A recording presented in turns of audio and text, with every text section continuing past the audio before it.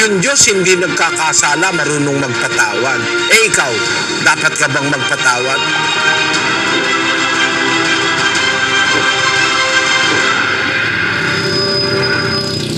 Paano mo mapapatawad yung taong gumagawa ng masama sa'yo?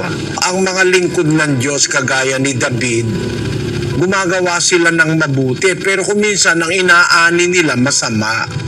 Basahin natin ang awit 109:4. Sa kabayaran ng aking pag-ibig ay mga kaaway ko sila, ngunit ako'y tumatalaga sa dalangin. At iginanti nila sa akin ay kasamaan sa mabuti at pagtatanim sa pag-ibig ko. Mas masakit kay David, ang isa sa naging kaaway niya yung anak niya na mayroong nasang palitan siya sa trono, si Absalom. Anak niya na naghangad na siya'y gawaan ng masama, samantalang mahal na mahal niya yung kanyang anak na yon. Aba, yung pang-anak niyang mahal na mahal, yun pa ang nagplano na siya'y patayin at agawin ang kanyang trono. Eh siguro wala pa namang ginagawang ganung kasama sa iyo yung kapwa. Mas masama yung ginawa kay David. At kay Kristo, aba pinagaling na yung may sakit, pinadilat yung bulag. Pagkatapos, bumuhay pa ng patay. Tapos gusto siya naman ng patayin. Basahin natin ang Gs 31 ng Juan. Nagsidampot uli ng mga bato ang mga Hudyo upang siya'y batuhin. Sinagot sila ni Jesus, maraming mabubuting gawa na mula sa Ama ang ipinakita ko sa inyo. Alin sa mga gawang yaon ang ibinabato ninyo sa akin? Marami akong ginawang mabuti sa inyo. Ba't niyo ako binabato? Eh ikaw siguro hindi ka pa naman binabato eh. Eh si Kristo binato at gustong patayin. Si David ganun din, kinubkob siya, gusto siyang patayin. Nung mga taong ginawa niya mismo ng kabutihan. Ang tanong, paano mo mapapatawad? Tularan mo si Kristo, pinapatay na siya, nasa krus.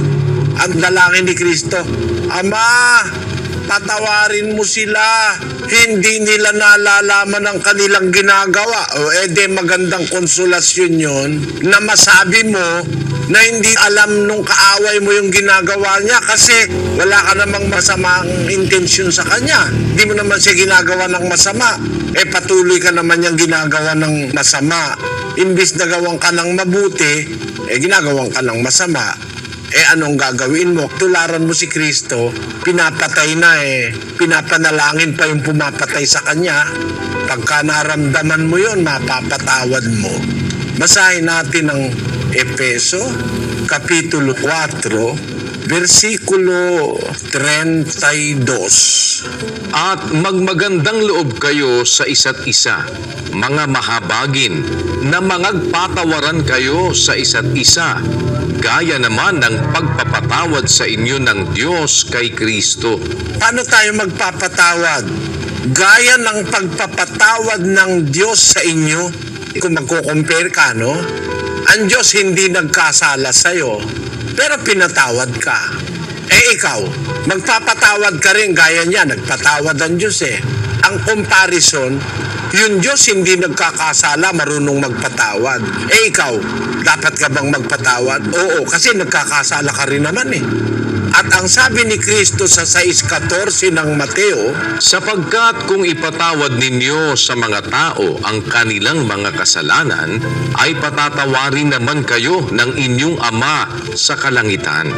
Datapwat, kung hindi ninyo ipatawad sa mga tao ang kanilang mga kasalanan, ay hindi rin naman kayo patatawarin ng inyong Ama ng inyong mga kasalanan.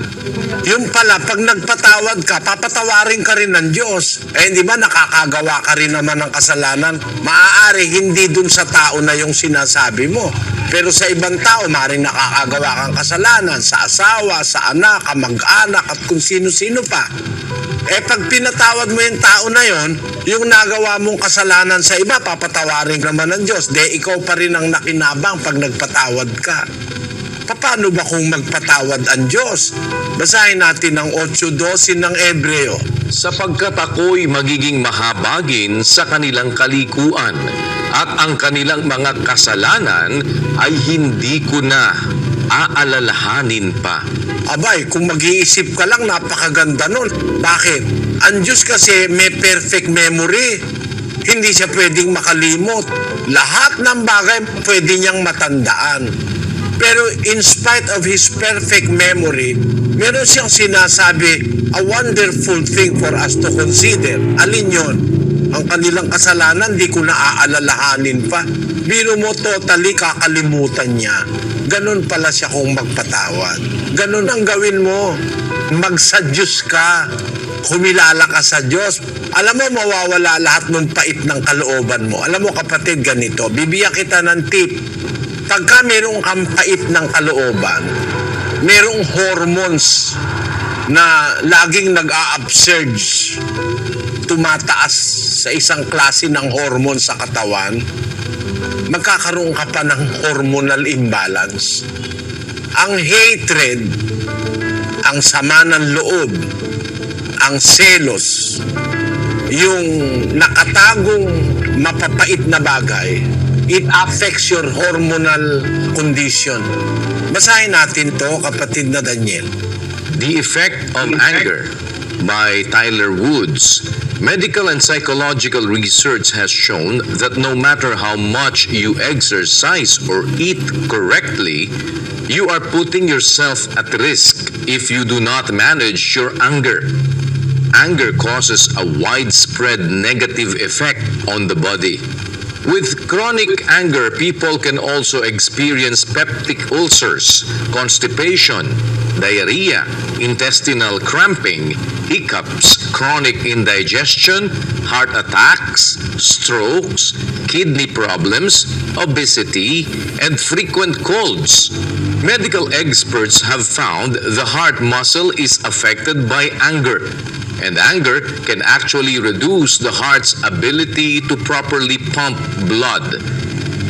The results of prolonged anger can harm the body's largest organ, the skin.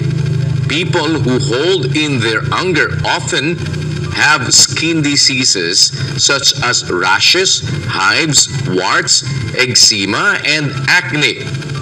Researchers have studied the relationship of anger and skin disorders and discovered that when a person resolves his anger, skin disorders dramatically improve. One of the major effects anger has on the body is the release of chemicals and hormones. Yan ang pinakamasama. Anger may release chemicals and hormones. Yung pagre-release ng hormones because of anger being kept inside the heart not only affects the heart muscle, but it also affects our moods, our thinking, and then dictates the body to produce hormones and chemicals that will practically destroy the body. Panggagalingan ng maraming sakit. Kaya alam mo kapatid, kalimutan mo, ang isipin mo na lang, ay sino ka ba? How important are you para ako'y magalit ng matagal sa'yo? De iisipin ko na lang na hindi ka na nag-i-exist. Oh, yun.